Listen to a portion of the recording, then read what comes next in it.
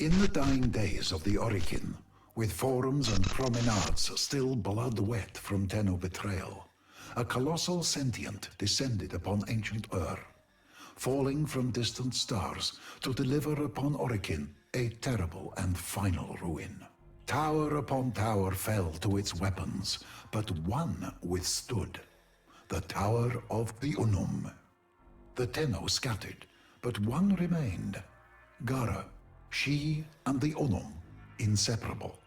The Unum, lodestone of our people, and subject of 100 stories herself.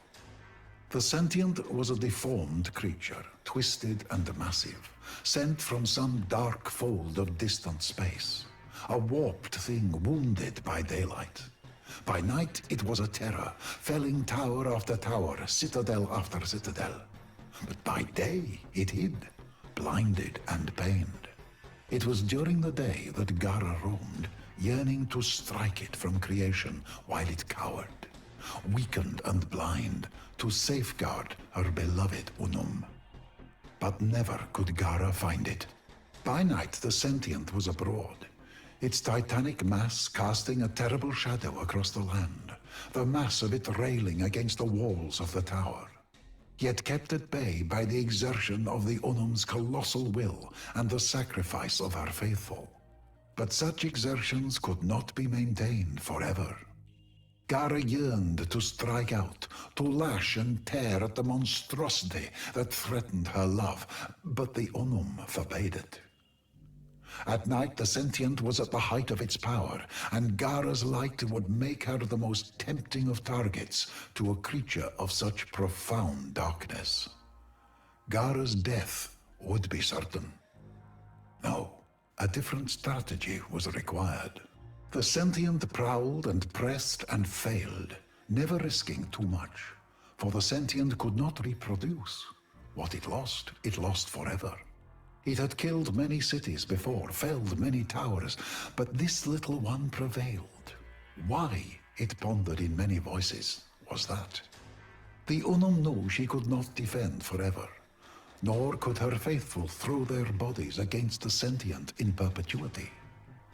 So she gave her followers some of her blood, her refined temple kuva, and they in turn gave it to the animals of the land. And the animals became an extension of her, and she became an extension of them. And the animals roamed and searched, and they found where the sentient chose to hide itself. The sentient sensed this subterfuge, and capturing one of the Unum's animals, opened it up for examination. And what little of the Unum that was present there lit the sentient's mind like the dark star from which it had fallen. The sentient, you see, could not procreate, but in the temple kuva, it tasted healing, completeness, a future. It devoured each and every last Unum animal, but it was not enough. The sentient turned its hundreds of eyes toward the tower with new understanding. It would not destroy the tower. It would become the tower. It would kill the Unum, take her place, and one with that healing palace give birth to a race of itself. Gara and Unum knew where the sentient was. The sentient knew the tower was the future of its race. The sentient threw itself at the tower, no longer cautious, taking great losses and knowing the prize was worthy of it. Should it succeed, all losses would be replaced 1,000-fold. This is when, across the plains, the great pylons ignited for the first time. Sheets of energy sprung up between them, powered by the will of the Unum at their epicenter, trapping the monstrosity within. Loyal Gara, unwilling to heed inaction any longer, broke from the side of the Unum and flew out at night, her eyes on the sentient mind. The sentient, torn between its most coveted prize and the mortal threat, broke from the tower and turned back on itself to defend itself from noble Gara. But Gara's eyes were not for the sentient, but for the glittering man-sized device resting just beyond the gates. It had not been there before, but it was there now. It swatted Gara from the sky, drew it to herself, meaning to end her life there and then. The battle was terrible. Gara sustained injuries she would not survive.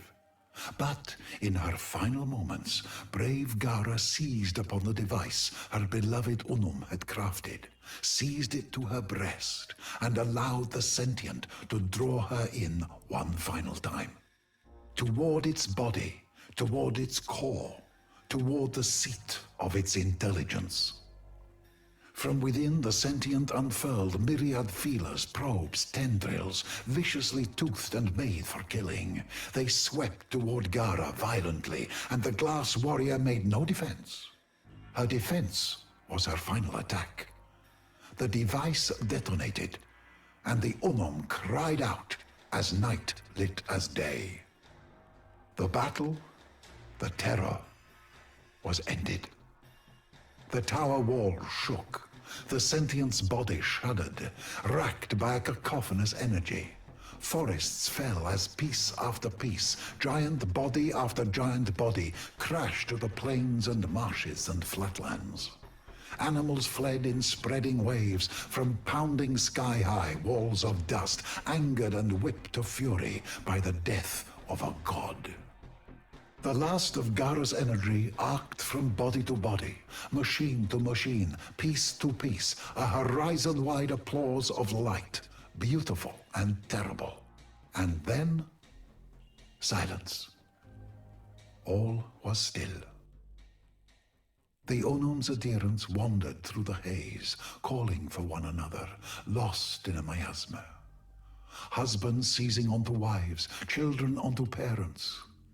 It was over. Gara was never seen again. The sentients then became as they are now, senseless, wandering, yearning for a unity they sense more than remember. And the Unum? The Unum survived, alone, for centuries. Until today, when you stand here reading this. This is Onko, Sita's archivist, with my translation of the Gara legend.